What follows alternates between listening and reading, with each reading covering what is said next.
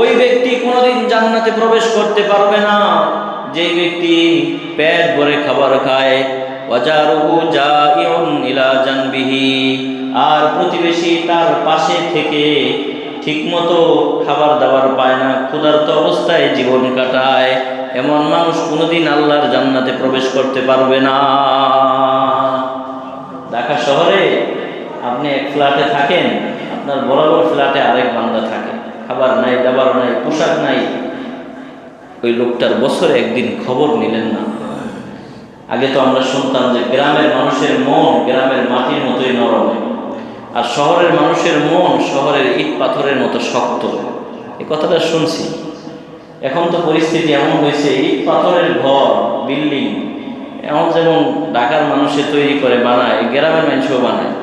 এজন্য ঢাকার মানুষের মতো এখন গ্রামের মানুষের মন পাথরের মতো শক্ত হয়ে গেছে।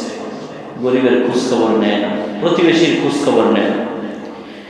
আমার ভাইয়ের, আমার বন্ধুরা, তিরমিজি শরীফের 1944 নম্বর হাদিসে বলেন, বিশ্বনবী বলেন, খায়রুল আসহাবি ইনদাল্লাহি খায়রুহুম লিসাহিবিহি ওয়া খায়রুল জিরানি ইনদাল্লাহি খায়রুহুম লিজারিহি।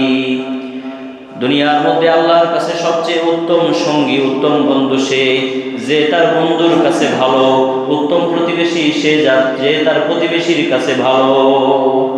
প্রতিবেশীর কাছে কেউ যদি ভালো হতে পারে, সে কার কাছে ভালো? আল্লাহর কাছে ভালো।